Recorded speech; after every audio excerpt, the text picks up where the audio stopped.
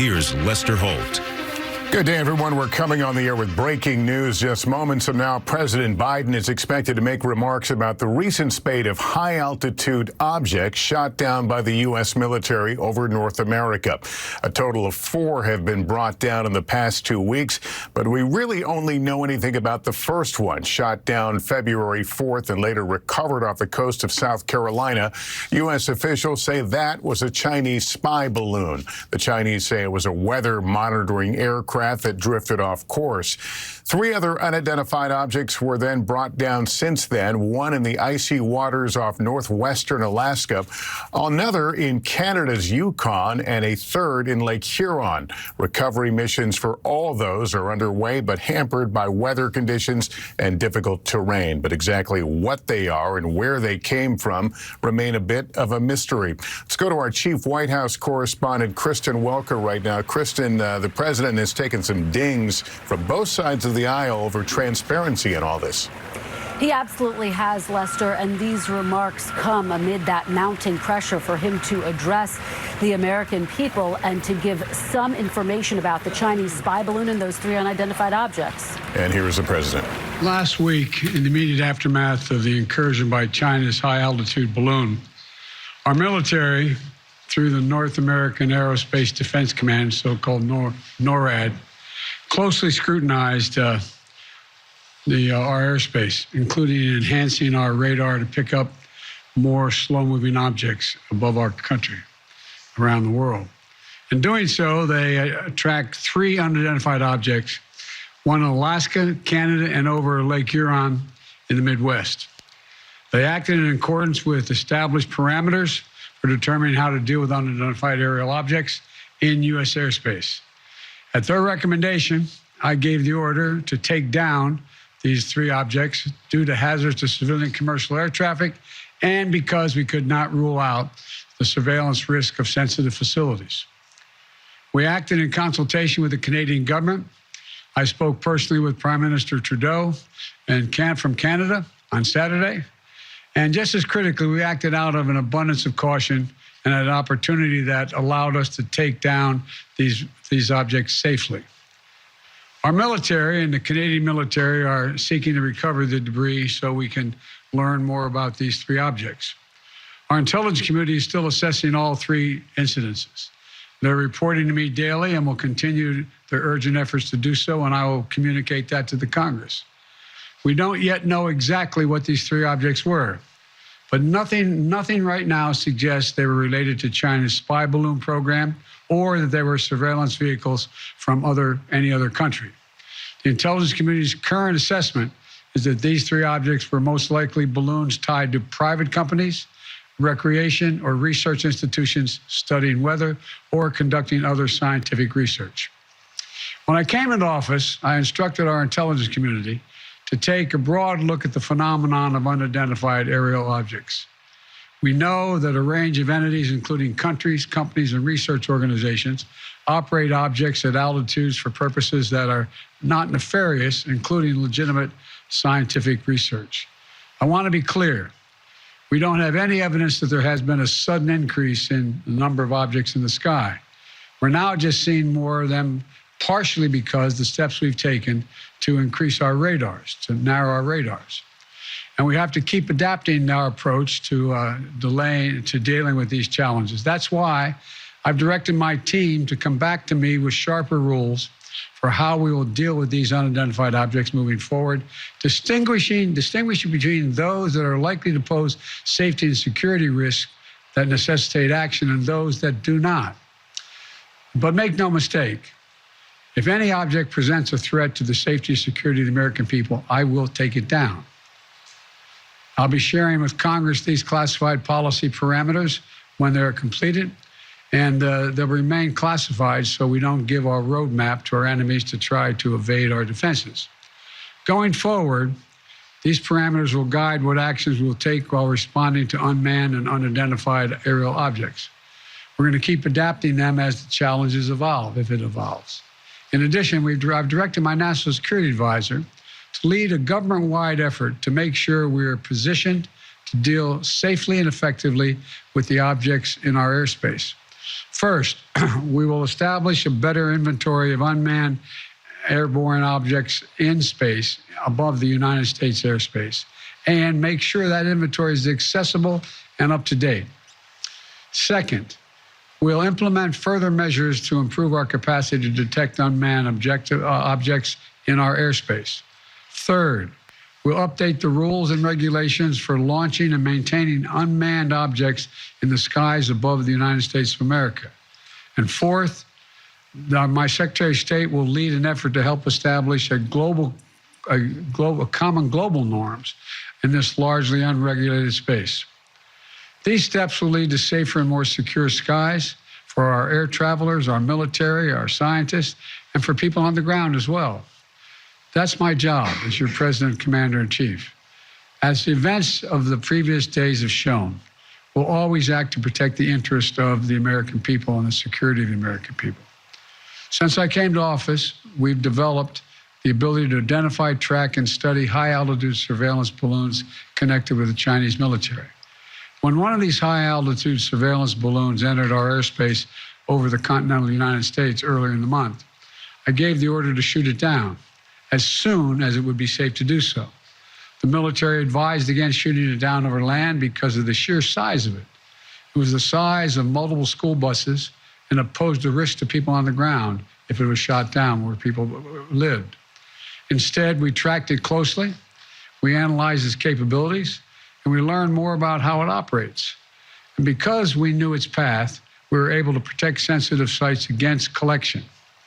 We waited until it was safely over water, which would not only protect civilians, but also enable us to recover substantial components for further analytics. And then we shot it down, sending a clear message.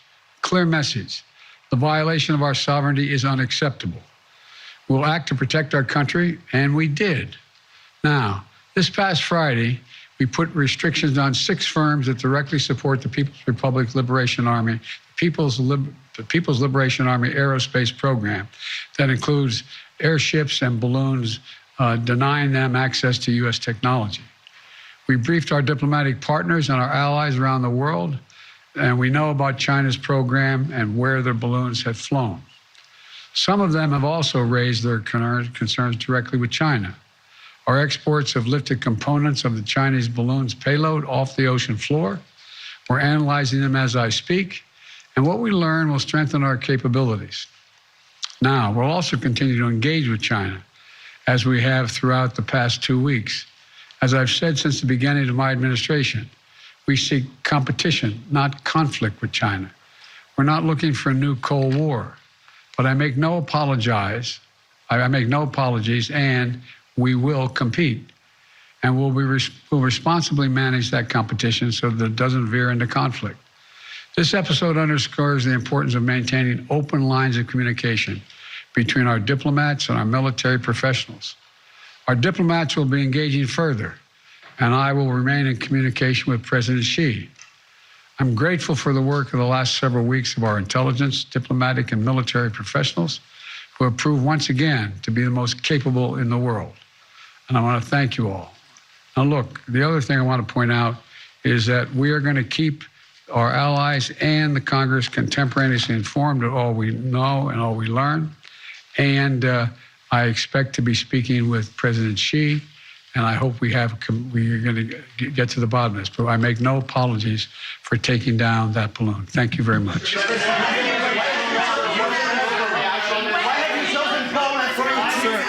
Sir, the question wasn't. There's been criticism. There's been criticism that this wasn't. There's been criticism that this. Trying to compromise by your family's business relations. Sir, Mr. President, there has been criticism. Did you overreact? Mr. President, there has been criticism that this was an overreaction that was done because of political pressure. You can come to my office and ask the question when you have more polite people. Mr. President, why have you chosen Poland for your trip to mark anniversary of the war? And what's your message? What? When are you speaking to President Xi, Mr. President? The president not engaging in any answers or to the questions being shouted as he left the room there. The president really providing more about what we don't know what we do know about those three most recent objects, saying that they do not appear to be part of the Chinese balloon program, that they may very well likely be private in origin, recreational, or involved in some sort of research. They are still trying to collect the debris from those three most recent. The U.S. continues to say that the Chinese were sponsors of that first balloon, that first larger balloon that crisscrossed the United States. Our chief White House correspondent, Kristen Welker, joins me now. Kristen? That's right, Lester. And one of the headlines came at the very end when the president said that he expects to speak with President Xi. This is significant because the president and the vice president have signaled that this incident in shooting down the Chinese spy balloon will not mark a shift in relations with China. You heard the president say that he wants the relationship between these two global superpowers to be competitive, but that this is not going to be a break. So we'll continue to monitor that. In terms of the other headlines, it was very notable that he said those three objects that were shot down over the weekend, they have now assessed are balloons that they believe were tied, as you said, to private companies, potentially for meteorological purposes or research scientific purposes. You also heard him talk about the fact that he has directed an interagency review to basically write up new rules of the road to make the skies safer. They will continue, he said, to brief Congress on those findings. His Secretary of State also charged with being a part of that,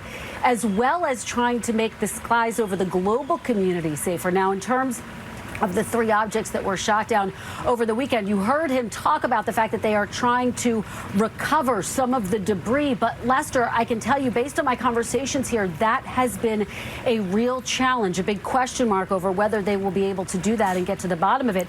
And finally, you heard him reiterate that he gave the direction to shoot down the Chinese spy balloon when it was safe to do so. Now, again, this comes amid growing calls for more information from Republicans and Democrats who say there hasn't been enough transparency. Lester? All right, Kristen, thank you. Let me go to NBC News Pentagon correspondent Courtney Kube. She's in Munich, Germany, where world leaders are meeting at a security conference. Courtney, the president talked about this need to set new parameters. Obviously, we can't imagine a world in which everything that's unidentified gets shot down immediately. Is there a pressure within the military to come up with some hard, fast rules of how they react to these?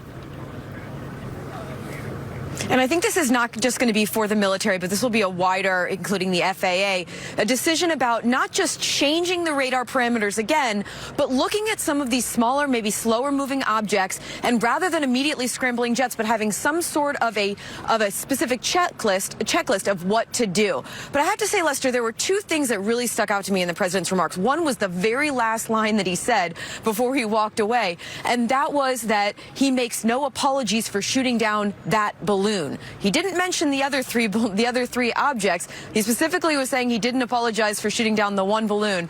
Didn't say anything about whether he thought that it was an overreaction or potentially a mistake to shoot down the three follow-on objects. In addition to that, when he talked about the continuing efforts and communications, there was no mention there of the fact that the Secretary of Defense, Lloyd Austin, tried reaching out to his Chinese counterpart before the U.S. shot down that high-altitude Chinese surveillance balloon, and the Chinese didn't pick up the phone. The mill-to-mill hotline that has existed for years now has been shut down, essentially, the Chinese not answering the phone. And that's a real danger, according to military officials. They are very worried about the potential for some sort of a miscalculation. Think about the fact that the Chinese are operating things in international airspace, and so is the U.S., but the Chinese consider a lot of this airspace and waterways to be their territorial areas. So if there is no military-to-military communication and there's a U.S. asset in one of those areas the Chinese see as their own, without that sort of deconfliction mechanism or line, it has the potential to have a real problem here, Lester. I was surprised we didn't hear from President Biden specifically about that, because Secretary Austin has expressed his concerns about the potential dangers of that hotline not existing right now. All right, Courtney, thank you. I'll ask you to stand by. Let me go to Admiral James Stavridis. He's NBC's Chief International Security and Diplomacy Analyst. Admiral, the president and others have talked about radar capabilities, that they're not set for slow-moving objects. They are now. What are we giving up in exchange, though? Obviously, the radar parameters were set at what they were for a reason. Lester, the thing to focus on here is that detection is not just a single system. It's not just the radar at Cheyenne Mountain, in and around NORAD itself, the North American Air Defense. Detection is a function of what your satellites see overhead, what your intelligence feed is going in, what your radars all across the Pacific indicate to you, those over the Alaskan coast as well. You've got to be able to knit it together. And I think the challenge here for the administration is going to be to find ways to respond in these slower moving scenarios, because as you say, it's been set for the high fast burner, as we would call it. So what that means is that you've got a tactical challenge to kind of retrain your operators. You've got an operational integration challenge to put all those pieces I mentioned together. And then, as we've been discussing, there's a strategic challenge here in the sense that you've got to be able to respond quickly, rapidly, but in a way that doesn't create real escalation, for example, with China, because we are collecting on China. We don't send balloons over China, but we are close by China collecting. So there could be back and forth. That's a worry. And to conclude, this is why those open lines of communication, the ability to call counterparts, so important. I had that as Supreme Allied Commander of NATO. I could call my Russian counterpart at any moment. Lloyd Austin, as Secretary of Defense, has got to be able to reach out to the Pacific, to the Russians, everywhere.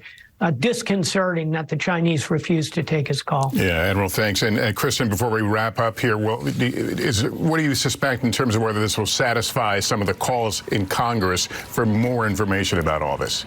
I think the calls are going to continue to grow for more information, Lester. There's no doubt about that. And part of the pressure to deliver these remarks in the first place is that this vacuum of information was giving way to conspiracy theories. For example, a few days ago, the White House press secretary came out and said, look, this is not the result of extraterrestrial activity. The U.S. is not under some type of broader threat, Lester. So the pressure mounts here. All right, Kristen, thanks. That concludes our special report. Much more tonight on NBC Nightly News. I'm Lester Holt in New York. Good day, everyone.